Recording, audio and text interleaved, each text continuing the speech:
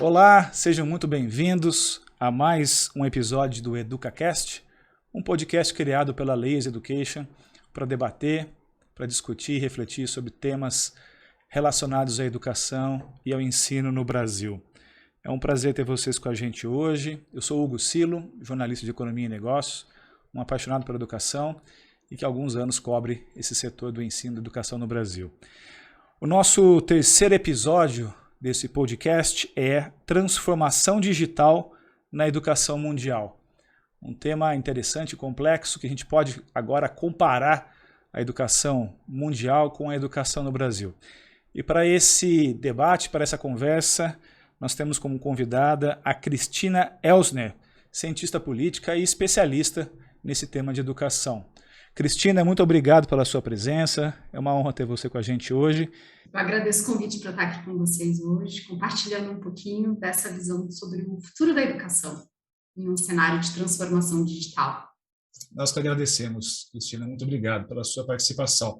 Bom, Cristina, a primeira pergunta que eu gostaria de te fazer é o que o Brasil pode aprender de outros países, e especialmente a Austrália, que é o país que você representa aqui por meio do Ministério da Educação da Austrália, né? Se você pudesse começar o nosso bate-papo falando um pouco sobre isso, te agradeço muito.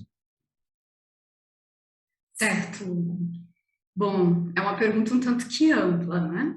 Mas vamos começar por uma perspectiva, uma visão geral do que tem acontecido na educação, principalmente nesses últimos 2 anos, frente aí à pandemia do Covid-19. A maioria das escolas, seja de nível fundamental, médio, cursos técnicos e universidades foram forçados de uma forma muito abrupta a adotar plataformas digitais para seguirem a sua operação, né, para seguirem a entrega de cursos de formação nos mais diversos níveis. Apesar de antes da pandemia, a gente ter uma série de conjuntos, né, de plataformas, metodologias, ferramentas que facilitassem o processo de ensino-aprendizado por meio de ambientes digitais, essa oferta ela era restrita para um público de estudantes que se adaptava bem ao ambiente online e a um público de professores que se especializou, né, num processo de engajamento estudantil por outras formas que não o face a face, o presencial. Com a pandemia, independente de formação, independente de preferência, todos os professores, todos os estudantes tiveram que rapidamente se adaptar. E eu acho que esse foi um primeiro grande desafio que, mundo afora, teve que ser enfrentado no ambiente da educação. Tendo colocado esse cenário, uma das questões que eu queria ressaltar em termos de o que o mundo aprendeu ou não, né, com a pandemia, mas ao menos quais foram as oportunidades que surgiram para nós que trabalhamos com educação. E no meu caso em específico, eu vou focar as minhas respostas no ensino superior e também na educação técnica e profissional, que é o ambiente, que são os setores, né, da educação com os quais eu trabalho mais diretamente nos últimos 5 anos. Uma das questões foi essa rápida transformação digital, praticamente sem regresso, né? Não tem mais como professores ou estudantes desconsiderarem que existem essas ferramentas, que precisam se qualificar, né? Os professores e os estudantes num processo de alfabetização digital, aprender a navegar nas ferramentas, aprender a navegar nas plataformas, saber se comportar no ambiente online e digital, e desenvolver formas de interagir com outras pessoas através dessas plataformas. Mas isso coloca, né, em xeque, quase que um xeque-mate, 2 questões. Uma é a formação do professor, que tradicionalmente, em larga escala, não vem preparado para navegar nesse ambiente. E a segunda é a alfabetização digital, a alfabetização tecnológica de estudantes e professores, que talvez uma geração mais nova já tenha mais facilidade, até por jogos e outras formas de entretenimento, né, de se conectar pelo ambiente digital, mas não pertence tão naturalmente a outras gerações. né? Essa facilidade de navegar no mundo digital. Um segundo ponto, além de que essa é uma situação dada, né, que não volta atrás, por mais que a educação volte a um modelo presencial, pode ser que o professor utilize como forma complementar ou o aluno, né, de aprendizado, uma ferramenta digital, um jogo, uma trajetória formativa específica, né, que pode acontecer de uma forma paralela, no modelo híbrido de educação, complementando aquelas atividades que ocorrem no momento presencial. Mas uma segunda questão que vem junto a tudo isso é a questão da introdução de mecanismos, né, ou de algoritmos de inteligência artificial no processo de formação do estudante. Esse é um ponto um pouco mais desafiador, eu acho que esse é um ponto que está começando a ser explorado e que nós observamos mundo afora algumas experiências. De que forma, né, alguns algoritmos de inteligência artificial conseguem auxiliar o professor, por exemplo, no mapeamento de quais as competências e habilidades que foram desenvolvidas pelos estudantes até então, tendo um panorama talvez até um pouco mais preciso do que ele faria em uma análise individualizada, né? Às vezes um professor trabalha com 30 alunos numa mesma sala e ele tem 10 salas aí ao longo da semana que ele acompanha, então imagina um professor fazendo uma avaliação de 300 estudantes, né? É um processo um tanto que trabalhoso. E já existem algoritmos que permitem, a partir das provas que são realizadas ou de dinâmicas que são realizadas no ambiente digital, mapear quais são as competências, habilidades, as áreas de conhecimento em que o aluno se destaca e onde estão os maiores gargalos, né, no processo de aprendizado. Inclusive no aprendizado da alfabetização digital, né, ou tecnológica. E isso permite com que o professor planeje, ainda que para um grupo tão grande, de 30 ou 300 alunos, que às vezes acontece, né, no nível superior, as salas de universidade às vezes comportam 200, 250 alunos para algumas das grandes disciplinas, né, permite com que o professor ainda assim tenha esse panorama do desenvolvimento do estudante e possa passar atividades ou fazer recomendações de estudos, leituras personalizados, né, para que o aluno possa, em um ambiente híbrido, né, fora de um momento presencial, fora de um momento coletivo, ainda que seja no modelo virtual de aprendizado, trabalhar as suas necessidades individualizadas. Essa é uma segunda tendência também que a gente vê acontecendo no mundo fora. Essa é um pouco mais disruptiva, está sendo pilotada. A própria Austrália tem implementado algumas soluções de inteligência artificial, como um caso que existe, por exemplo, na Universidade de Melbourne, que é aplicado principalmente para essas grandes salas, né, que o professor tem uma dificuldade de se conectar individualmente com o estudante, mas que ainda assim a gente quer que o desempenho, o resultado de aprendizado daquele estudante seja o melhor possível, né? Esse é um segundo aspecto. E um terceiro aspecto que eu acho que nesse cenário global a gente tem que mirar é a formatação do currículo. A pandemia mostrou que cada vez mais nós enfrentamos problemas globalizados, com um grande impacto local, né? Para problemas globais, ainda que o impacto seja local, a solução precisa também enxergar o todo, né? Ela não pode ser restrita a uma pequena localidade. Isso ficou escancarado, né, com o caso da Covid-19, em que países de primeiro mundo correram para produzir vacina, vacinar sua população, mas deixando um grande contingente de populações que estão à margem, né, desse processo de desenvolvimento sem receber a vacina. Quer dizer, a gente viu agora uma pandemia que já está entrando aí para o seu segundo ano em escala global, né, segundo ano fechado, quase que terceiro em escala global, porque a solução localizada não resolve problemas globalizados. Esse é o mesmo problema com mudança climática, não é? com a questão de segurança alimentar e segurança humana. A gente vê fluxos migratórios de pessoas em ocasiões de guerra, em que eclodem, né, problemas localizados e as migrações acontecem. Então, face a problemas globalizados, a solução precisa ser globalizada. E muitas vezes a instituição de ensino, principalmente no Brasil, ela está acostumada a uma formatação de currículo que o professor ele tem uma grande autonomia para desenhar o seu currículo, ou a escola tem uma grande autonomia, a instituição tem uma grande autonomia.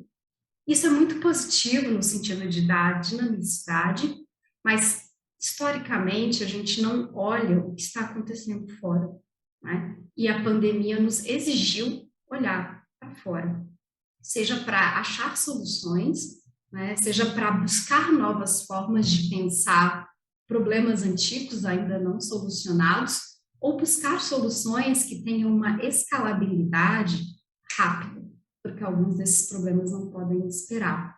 Então, repensar o currículo de uma maneira globalizada, intercultural e principalmente multidisciplinar é uma lição que, mundo afora, ficou evidenciado nesse período de pandemia e que o Brasil pode muito aprender com isso, né? Muito se fala sobre a educação 4.0 ou sobre uma educação global, que nada mais é do que isso, você se valer de conhecimentos variados, complementares e visões diferenciadas sobre o mesmo problema para construir uma solução articulada.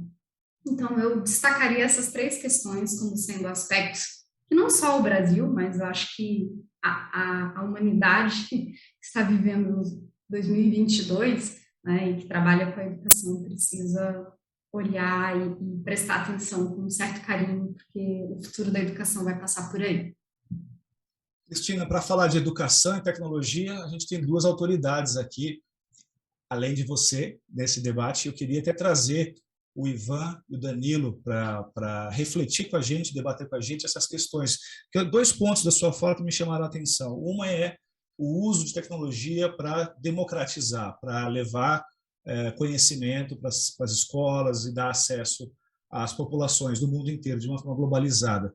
E o outro ponto é o desafio de implementar um ensino de qualidade numa sala de aula com 30, 40 pessoas, com formações tão diferentes também, com origens tão diferentes. Então, como educador aqui, com certeza o Danilo vai ter uma visão de experiência de sala de aula muito enriquecedora para o nosso debate. Então, eu queria trazer primeiro o Ivan para o nosso debate aqui, perguntando para o Ivan e vendo se a tua visão em relação ao uso de tecnologia na sala de aula é a mesma da Cristina, do ponto de vista de tecnologia pode e deve ajudar a democratizar o ensino no Brasil e no mundo. É um bom ponto. A maneira que eu enxergo é bem semelhante da Cristina, porque, para mim, tecnologia só é uma otimização de processo. O que normalmente a gente faz com tecnologia, a gente pode até fazer manualmente, só que a gente talvez leve horas, meses, anos para conseguir chegar no mesmo resultado. Quando a gente constrói um produto ou constrói tecnologia, a gente está basicamente garantindo que você precisa de uma pessoa que tem cada vez menos conhecimento necessário para fazer uma ação e ela possa fazer aquilo mais rápido. E para mim isso tá muito ligado com democratizar, que é deixar isso acessível, né? Se a gente considerar que poucas pessoas são especialistas em áreas, como tornar todo mundo um especialista de maneira escalável? Isso só é possível, na minha visão, quando você tem um processo muito replicável, isso na mão de uma coisa um pouco robotizada e menos humana. Então, por isso a tecnologia, eu acho que ela é essencial para a gente conseguir escalar processos e, no caso do Brasil e do mundo, a gente conseguir levar cada vez mais velocidade e qualidade para ferramentas que estão na mão das pessoas. E as pessoas poderem focar cada vez mais no que remete mais a elas, que é o lado humano. Quando a Cristina traz que um professor tem 10 turmas ali durante a semana, são 300 alunos, é muita gente. Se eu tivesse 300 amigos, eu não saberia o que cada um quer da vida, porque é muita gente. Imagina uma pessoa tendo que saber tudo isso. Então, na minha visão, para que um professor possa dar aula para cada vez mais pessoas e com qualidade, ele precisa ter um bom assistente. A tecnologia tem que ser esse assistente. Muito se fala, né, Hugo, sobre o ensino híbrido e a personalização do ensino, do ponto de vista educacional.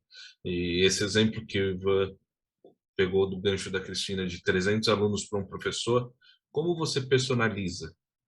A tecnologia tem que ser meio para isso. A tecnologia ela vai dar ferramenta e embasamento para você ver em tempo real aonde o aluno está tendo a dor, aonde o aluno está tendo uma certa dificuldade, de que forma você consegue, de alguma maneira, contribuir para o crescimento dele de maneira personalizada, individualizada, com um olhar único. Porque entendam o seguinte, aqui na figura de educadores, se eu tenho algo que eu posso me orgulhar de dizer, eu sou professor antes de qualquer coisa, eu não imagino que o professor será substituído pela tecnologia. Longe disso. Mas ele pode usar isso como um meio para agregar as entregas e trazer valor para o indivíduo, que é o aluno, aquele garoto que ele está olhando ali no detalhe, entendendo o resultado na essência da dor que ele tem. Cris, aproveitando esse ponto e a liberdade aqui de alguns anos de amizade, conta para quem está nos ouvindo, Cris, como é o mercado educacional na Austrália? Como está essa divisão público-privado? Como estão as instituições, as edtechs nascendo? E foi alguma das conversas que a gente teve, inclusive, alguns dias atrás, né, que está tendo bastante iniciativa legal. As universidades, como elas se dividem, né? Até em um dos episódios que nós tivemos aqui, a gente discutiu um pouquinho com o Alexandre Retamal, que ele falou sobre ter estudado instituições privadas e feito a universidade de instituições públicas. É um pouco da realidade triste do Brasil, né? O aluno dificilmente que vem da universidade pública, ou melhor, usando um termo melhor, as condições acabam sendo sempre mais desfavoráveis para aquele aluno de instituição pública conseguir fazer a universidade numa instituição pública, porque ela é muito mais concorrida. E na Austrália, como é esse mercado, Cris? Dá um panorama para a gente. Sim, darei. Bom, o mercado australiano de educação, quando a gente fala sobre educação acadêmica, universitária, ele é majoritariamente público, né? Só que aqui cabe um parênteses, porque são países, né, Brasil e Austrália, apesar de terem muitos laços comuns, ambos são países federativos, enfim, são países de extensão continental, né, fazem parte do grupo de 6 maiores países do mundo, tem uma série de diversidade climática, semelhanças geológicas, enfim, unicidades da sua fauna e flora, tanto o Brasil quanto a Austrália possuem. A gente tem um histórico também de comunidades indígenas, de um saber ancestral, aqui no Brasil com os nossos povos indígenas, na Austrália com os aborígenes, enfim. Mas existem alguns conceitos que lá eles foram transformados. As universidades australianas, embora em sua grande maioria sejam públicas, não significa que elas sejam gratuitas, né? Então, elas exercem uma cobrança, não é, de uma contribuição estudantil. E esse é um processo bastante interessante. Até mais ou menos a década de 1980, a educação superior na Austrália ela era integralmente gratuita, né? A partir de 1980, a Austrália entrou num processo de recessão econômica, enfim, que assemelha bastante os nossos processos de crises econômicas, principalmente que a gente tem vivenciado de uma forma mais aguda desde 2016. E o governo, então, liderado, no caso da Austrália, pelo governo de esquerda, né, resolveu fazer uma grande reforma do sistema educacional, da política nacional de educação, entendendo que a educação é o carro-chefe para alavancar o desenvolvimento econômico e social e aumentar a produtividade do país. Só que ela não pode acontecer sozinha e sem estar articulada ou comunicada com outras frentes políticas, né, como é o caso do planejamento econômico, em especial as políticas macroeconômicas, e também o planejamento de quais são as áreas prioritárias do país, de desenvolvimento científico e tecnológico. Então, desde a década de 80, o país tem feito reformas subsequentes, encadeadas, né, entendendo que o processo de transformação política ele é um processo que você tem que construir alguns passos, solidificar e avançar um próximo, integrando essas 3 agendas políticas, né, educação, desenvolvimento econômico, macroeconomia e ciência e tecnologia, todas elas convergindo para uma visão de país de longo prazo. Nesse processo, um dos maiores gargalos que o país enfrentou à época foi justamente como equacionar a ampliação de vagas em cursos de nível superior, que é onde as pessoas desenvolvem habilidades científicas, né, necessárias em algumas das áreas, em um cenário de recessão econômica. Né? A conta não fecha no Ministério da Economia, digamos assim. Né? E foi então que um professor australiano, que inclusive trabalha bastante com o Brasil desde 2016, o professor Bruce Chapman, fez uma proposta, né, de que os estudantes que se formassem em uma universidade pública gratuita, a partir do momento que eles ingressassem no mercado de trabalho e alcançassem uma renda mínima, então foi definido um piso mínimo de renda, que a partir daquele momento ele fizesse uma contribuição junto à Receita Federal Australiana, o Australian Taxation Office, de até 10% da sua renda anualmente, até cumprir o valor que equivaleria aos gastos que o governo teve com a sua formação, gastos de tuition, né, de educação. A universidade ela tem um mix ali de serviços educacionais, né? Tem a parte da educação, tem a parte da pesquisa, tem a parte da extensão, né, tecnológica e serviços comunitários. Então, dentro da parte da educação, né, o que foi o entendimento aplicado? Que o aluno que consome a educação pública gratuita, ele está individualmente se beneficiando de uma despesa coletiva, né, que foi coletado imposto de toda a população e ele se beneficiou individualmente. Mas ela não cobra 100% das despesas do país com a educação. O governo subsidia aproximadamente 50% a 60% e 40% entra dentro do que é a contribuição estudantil. Então, em média, o aluno australiano, ele paga, né, digamos assim, seu financiamento estudantil dentro de 7 a 10 anos.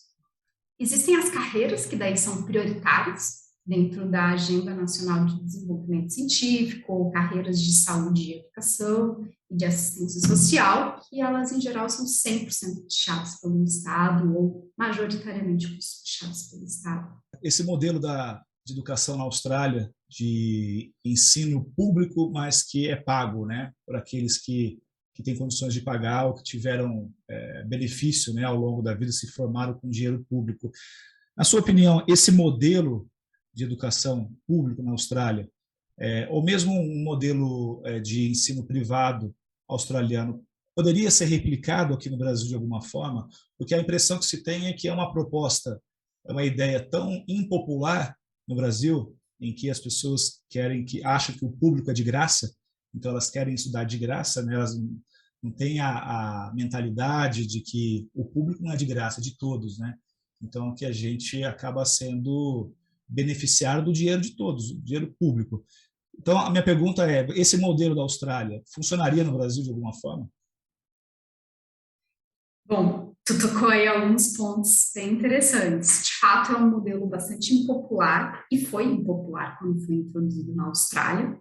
O professor que fez a proposta, ele foi perseguido várias vezes na época em que a proposta estava sendo executada, né, no país, mas depois de praticamente 35 anos, aí, de 35 a 40 anos de execução desse modelo, o país, a Austrália conseguiu virar, né, a sua condição.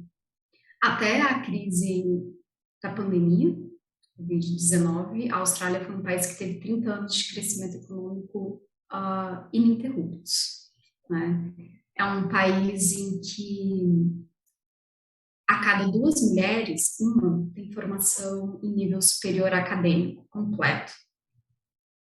até abaixo de 35 anos de idade. Quer dizer, tem um nível de formação acadêmica bastante elevado. Cerca de 40% da população australiana tem um título acadêmico de nível superior completo e cerca de 85% da população tem um curso técnico ou profissionalizante de nível superior também completo. Esse modelo, embora de início tenha sido percebido de uma forma bastante impopular pela população, ele foi o que permitiu que o país expandisse, não é, a oferta da educação, democratizando o acesso à universidade. Porque, como o Danilo disse, ou a pessoa aqui no Brasil vem de uma formação sólida, né, de ensino fundamental e médio para disputar uma das vagas das universidades públicas, ou então ela estuda numa escola de ensino fundamental e médio público e depois ela tem que pagar a universidade privada no país, aqui no Brasil, que hoje responde por 75% das matrículas na graduação. É um ensino privado no Brasil. Quer dizer, a universidade pública gratuita, ela é, no Brasil, por natureza, excludente. Ela é não democrática na sua forma de acesso, não é? Exceto pelos processos de cota e algumas outras políticas afirmativas que facilitam a sua educação, a sua entrada.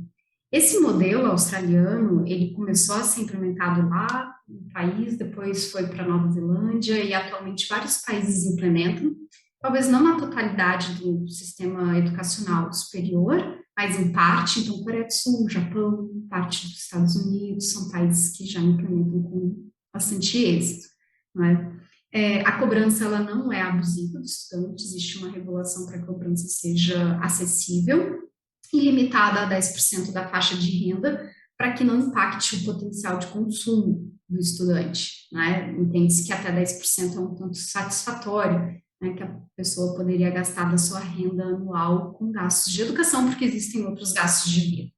Esse modelo a gente já trouxe para discussão com especialistas do FNDE, que rodam aqui no Brasil o FIES, também com especialistas da Receita Federal. Requeriria no Brasil passar uma mudança de legislação para que a educação passasse legalmente a ser entendida como um serviço taxado, né? Para que a Receita pudesse recolher. Viabilidade técnica existe, certamente teria algumas resistências de início, mas é uma proposta que precisa ser discutida quando se pensa em democratizar o acesso à educação, em especial à educação superior, considerando um cenário de crise econômica que no Brasil ela é cíclica. Então, de tempos em tempos, a gente entra num processo de recessão que faz com que muitas pessoas fiquem desempregadas e as pessoas justo que mais necessitam de uma entrada gratuita na universidade, que é o que esse modelo viabiliza e condiciona que ela só pague se ela tiver renda para pagar, se ela não tiver renda para pagar, efetivamente a educação para ela é gratuita, não é? São essas as pessoas que numa recessão, como a gente vive hoje no Brasil, evadem cursos, né, de faculdades privadas, tem o seu nome colocado no Serasa, tem problemas com o seu CPF, tem dificuldades de pagar a mensalidade, enfim, ou às vezes acabam até escolhendo numa universidade privada um curso pelo preço e não pela qualidade, e aí entra no debate, né, que o Ivan e o Danilo fizeram antes. Como que a gente pode pensar mecanismos para democratizar a educação com qualidade, né, porque a gente não quer engenheiro e professor dirigindo Uber, né? Ser motorista de Uber é uma profissão, mas quem estudou para ser engenheiro, quem estudou para ser professor, quer exercer outra profissão, né? Então, que não seja uma falta de escolha, mas que a gente consiga desenvolver pessoas que tenham capacidade técnica, de análise crítica, né? Potencial de empreender, de pensar soluções, de aplicar a ciência e a tecnologia, né? Para suas atividades profissionais, para que ela possa se realizar profissionalmente a partir de uma educação que seja sólida, que seja base. Cris, e as edtechs na Austrália? Como estão apoiando esse crescimento? Parte das edtechs na Austrália, elas têm justamente essa função de experimentar como que a tecnologia pode vir a favorecer o processo de democratização da educação, né? E mantendo a qualidade. Então, algumas das edtechs, por exemplo, elas trabalham justamente em formatar alguns itinerários de aprendizado, algumas trilhas, né, de aprendizado que possam ser usadas de forma complementar por um professor que talvez tenha uma facilidade, não de inteligência artificial, mas pelo menos um processo minimamente automatizado ali, né, para mapear o perfil da sua turma, do seu estudante, qual é o tipo de aprendizado que certos grupos têm mais facilmente. Então, as soluções das edtechs vêm muito por aí, na Austrália. Né? Desenvolver para pessoas que são mais visuais, mais auditivas, enfim, que têm outras formas de aprender. Né? E como customizar esse produto educação para as diversas formas de aprendizado e para as diversas trilhas educativas. Né? É um mercado crescente, né? Ele também tem trabalhado muito em áreas de gestão, né? Como que a tecnologia pode facilitar a gestão educacional, seja nos seus processos de compras, nos processos de comunicação e reporte de notas em escolas para os pais, né? Facilitando um aplicativo para que o pai possa também acompanhar seu filho, né, numa escola de uma forma mais personalizada, ou processos em que escolas que atuam em rede possam fazer compras coletivas em rede, possam planejar a alocação de professores que estão no ambiente digital para uma rede, possam pensar soluções, né, de aplicativos ou de uma nova plataforma de estudo para uma rede de ensino. Enfim, esse movimento de edtechs, ele inclusive permitiu nascer uma nova forma de gestão do ensino, que é a gestão em rede, né? E como que as escolas ou as universidades se beneficiam de uma articulação em rede, beneficia comunicação social, comunicação com os pais, processo de compra, gestão de recursos humanos, alocação de tempo de professores, né, já que ele pode navegar por plataformas digitais, desenvolvimento de soluções de ensino-aprendizado que venham a complementar um modelo híbrido de ensino, né? Desenho de trilhas que possam ser mais flexíveis para os perfis de aprendizado de cada estudante, enfim. E tem, inclusive, algumas soluções que elas conectam com potenciais empregadores, né? Vagas de trabalho para cursos técnicos e profissionalizantes. Eu queria fazer uma dupla pergunta aqui, uma para você e uma para o Ivan. Você citou muitas inovações tecnológicas que podem contribuir para a educação. Falou de app, de aplicativos, falou de plataformas de integração. Tal. O que eu queria saber do Ivan, como especialista em tecnologia, quais são hoje as tecnologias mais disruptivas à disposição da educação que poderiam aprimorar, dar mais acesso, democratizar e que hoje são muito pouco exploradas no Brasil? Ótima pergunta.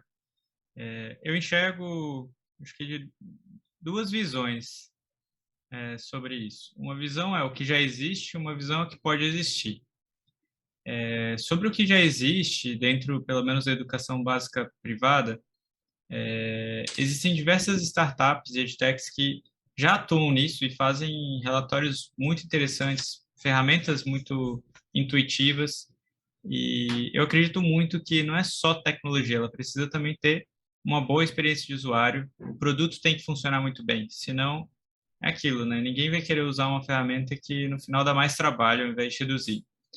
E já existem diversas ferramentas, acho que no Brasil, deve existir também na Austrália e por volta aí do mundo. Mas o que eu trago aqui é uma reflexão mais profunda, que é qual é a dificuldade hoje de se construir um novo produto para essa área? A gente está lidando com, no fundo, são empresas, por mais sejam gerenciadas por uma área pública ou privada, são empresas e que elas não têm capacidade de construção da própria tecnologia. Então, elas dependem de alguém externo para construir essas ferramentas. E quem está querendo construir isso precisa entender muito de negócio para poder oferecer, por exemplo, esse produto no mercado.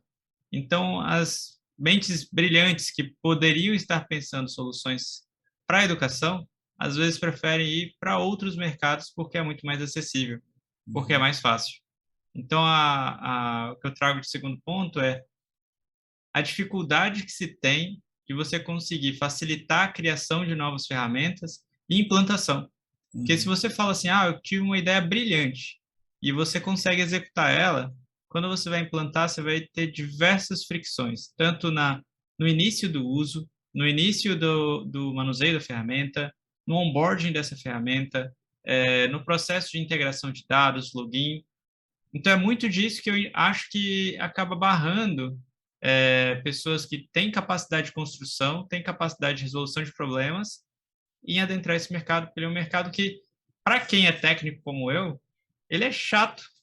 Ele é chato porque eu não consigo sozinho chegar ali dentro de um colégio, chegar dentro de uma universidade. Você depende de alguém de negócio. E é nessa hora que a gente, às vezes, tem mais fricção de entrada e as pessoas acabam criando mais barreiras de saída, né? E que em países como o nosso, complementando o que o Ivan está falando, como o nosso, como a Austrália, países de dimensão continental, você ganha na tecnologia a partir da escala. E como você tem poder de escala para atingir uma demanda suficiente para poder custear a operação e a tecnologia. Todo mundo acha que vamos implantar tecnologia que é mais barato. Não, tecnologia só é mais barato quando ela está aplicada em escala. Senão a tecnologia ela é mais cara. Você pegar uma folha e você preencher um formulário é muito mais barato que você abrir um formulário web, um monte de coisa. Só que quando você tem isso, você tem a possibilidade de escalar em maior dimensão. Então, como fazer isso em territórios continentais como o Brasil e a Austrália, muito bem dito aí pela Cristina. E até mesmo quando a gente tiver, vamos supor que existe uma ferramenta muito boa na Austrália e que a gente possa utilizá-la no Brasil. A gente vai enfrentar dificuldades tanto na internacionalização quanto também no início desse uso da ferramenta aqui. E hoje a gente já está num mundo que eu assemelho como se antigamente a gente tivesse as mídias locais e a gente visse toda notícia pela televisão, pelo rádio, só que a gente via muito pouco sobre o mundo externo. Então a gente ficava sabendo mais sobre a nossa região micro e um pouquinho do macro, mas a gente não via quase nada no mundo afora. A gente está vivendo essa era no mundo digital. É como se a gente tivesse várias informações, várias tecnologias, mas que só são locais. Então, a gente não tem como conectar o mundo inteiro ainda, porque o mundo inteiro está totalmente pulverizado e fragmentado. Eu acho que esses pontos são muito interessantes e é por isso que eu jogo para você a próxima pergunta, Cristina. A gente compara Brasil com a Austrália, até parece um pouco covarde do ponto de vista de economia, né? Embora o Brasil seja uma grande economia, o Brasil tem dificuldades de pequenas economias, né? Dificuldade de déficit fiscal, problemas de financiamento e problemas de levar o ensino a um país tão diverso, tão grande, tão difícil de ter acesso. Quando a gente compara com a Austrália, que tem um dos maiores IDHs do mundo, tem as melhores cidades para se viver, o maior índice de felicidade, né? Os australianos são felizes. Nós somos otimistas, mas eles são os mais felizes, né? A gente vê que comparar às vezes o Brasil e a Austrália não é uma comparação muito equivalente. O que eu queria saber de você, Cristina, é comparando o Brasil com os nossos países vizinhos da América Latina. O seu escritório aqui no Brasil, de representação do Ministério da Educação da Austrália, responde também pelos países da América Latina, tirando o México, se eu não me engano, né? Se me corrija se estiver errado. Eu queria comparar o Brasil agora com os países vizinhos, com os países como Chile, como Argentina, Peru, Colômbia, que são países que se destacaram por algum momento na educação, mas que também enfrentam seus desafios. E não tem a escala que o Danilo disse, eles não têm a vantagem da escala que o Danilo citou agora há pouco. Então, eu queria que você trouxesse um pouco da sua visão sobre isso, comparar o Brasil com os vizinhos da América Latina. Certo. Bom, acho que nesse ponto, Brasil, Austrália e a América Latina como um todo, a gente pode fazer uma comparação comum.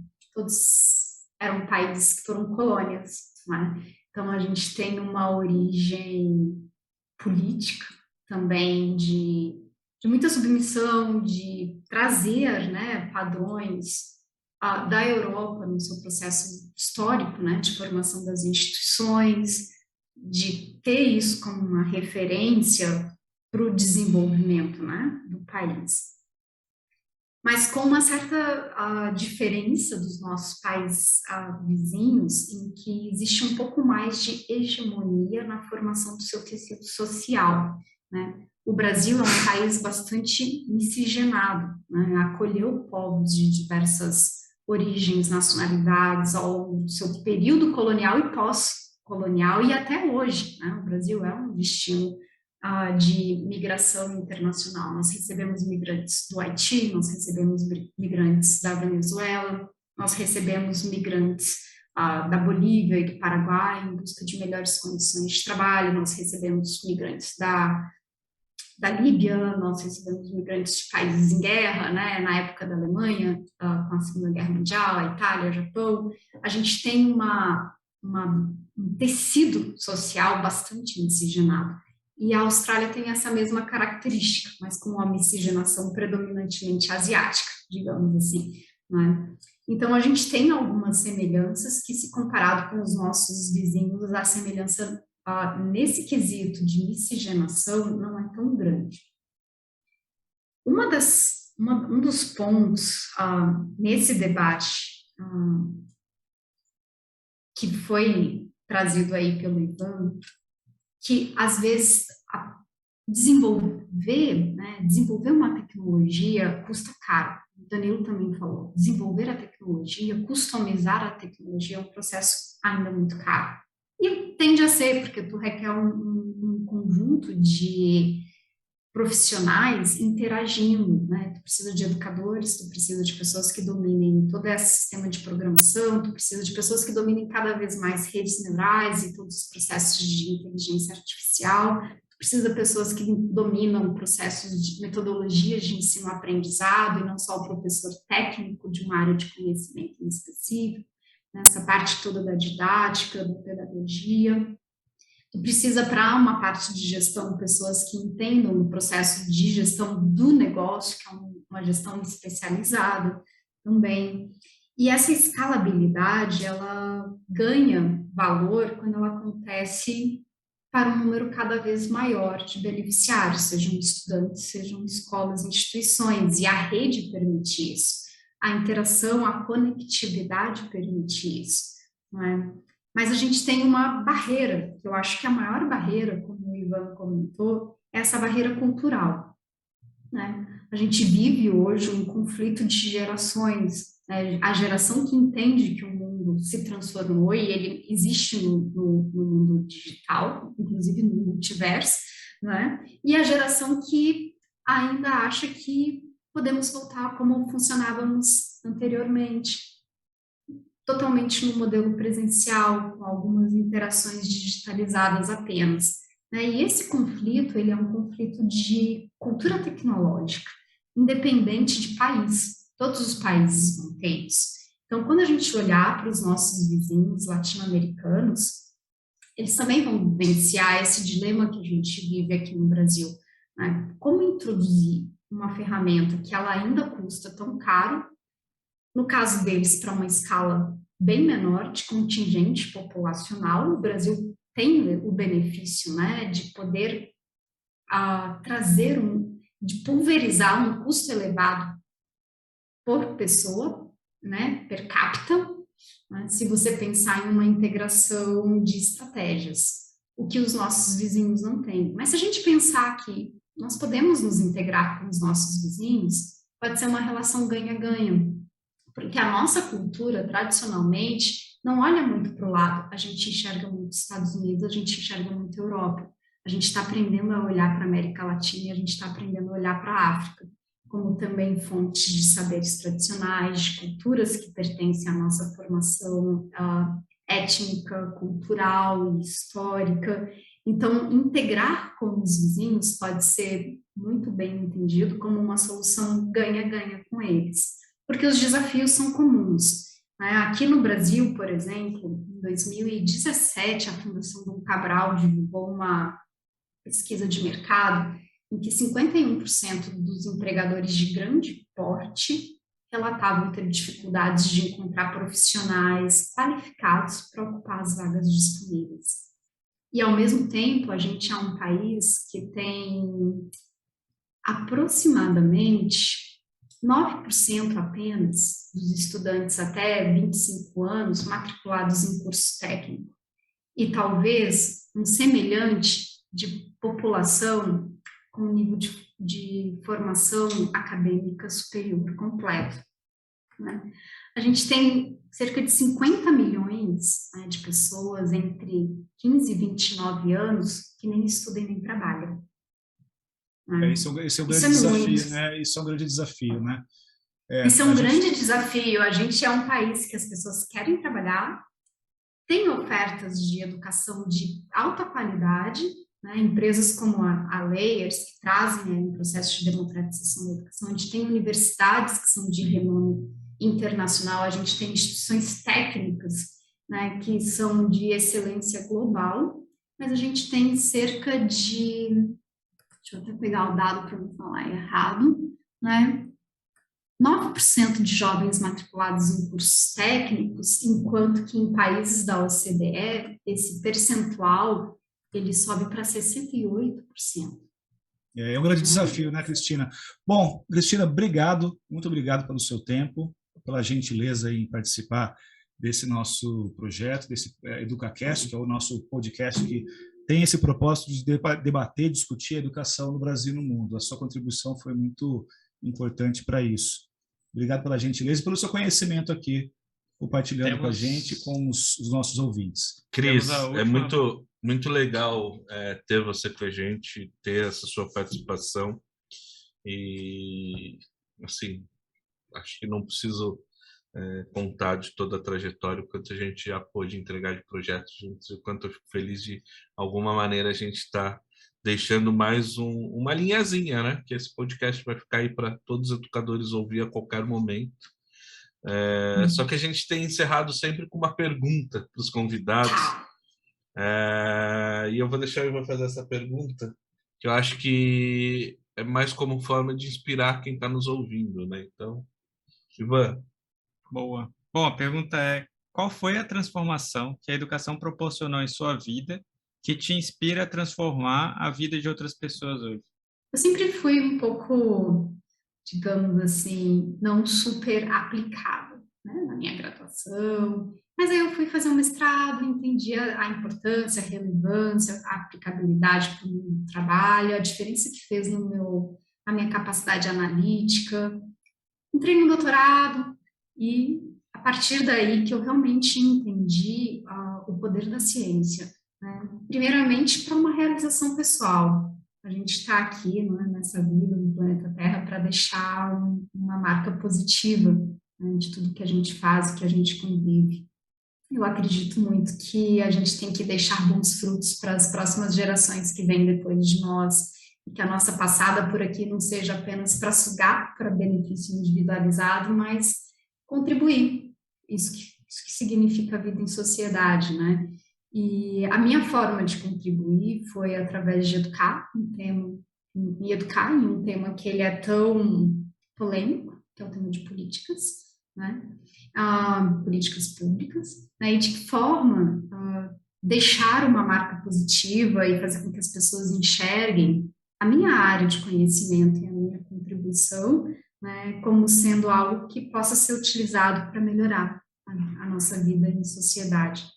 Então, acredito muito que a educação, em qualquer uma das trajetórias formativas que a pessoa escolha, seja acadêmica, com uma pegada mais científica, de pesquisa, ou com uma pegada mais para ensino, né, seja uma área mais profissionalizante, realmente mais mão na massa, a gente tem que mostrar que a gente pode ser melhor, né, que a gente está dando o nosso melhor. E o nosso melhor, a educação nos permite romper os limites, né, que o nosso melhor seja cada vez melhor. A gente não precisa se comparar com os outros, a gente tem que querer se superar os nossos próprios limites, as nossas próprias barreiras, e deixar o nosso melhor naquilo que a gente faz, quer que seja, né? Então, a aproveitem muito das tecnologias, desse acesso à informação. Eu me lembro de criança comprando enciclopédia para poder ler coisas diferentes. Hoje em dia está na palma da mão no celular, né?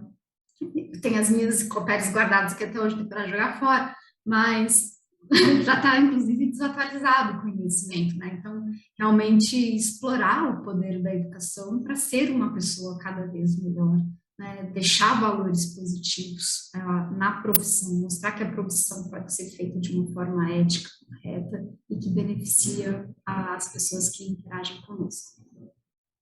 Muito bom, Cris. Muito obrigado pela sua participação no EducaCast.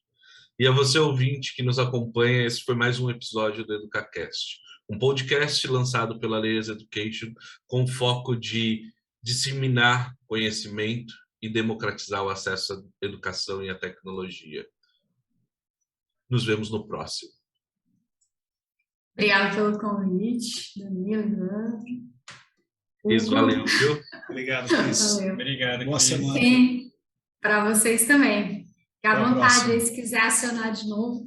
Tá ótimo. Pode falar outros tempos. Tá ótimo. Combinado. Tudo bom. Obrigado. Um abraço. Valeu. Abraço. Tchau, tchau.